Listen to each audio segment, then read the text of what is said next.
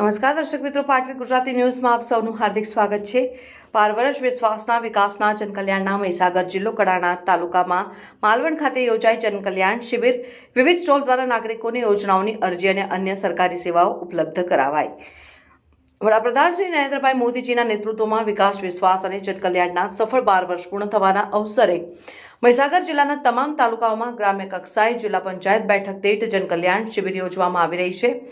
કડાણા તાલુકાના માલવણ ખાતે યોજાયેલ જનકલ્યાણ શિબિરમાં મહાનુભાવોને હસ્તે વિવિધ યોજનાના લાભાર્થીઓને લાભ વિતરણ કરાયું હતું અને નાગરિકોને વિવિધ યોજનાઓની જાણકારી આપવામાં આવી હતી।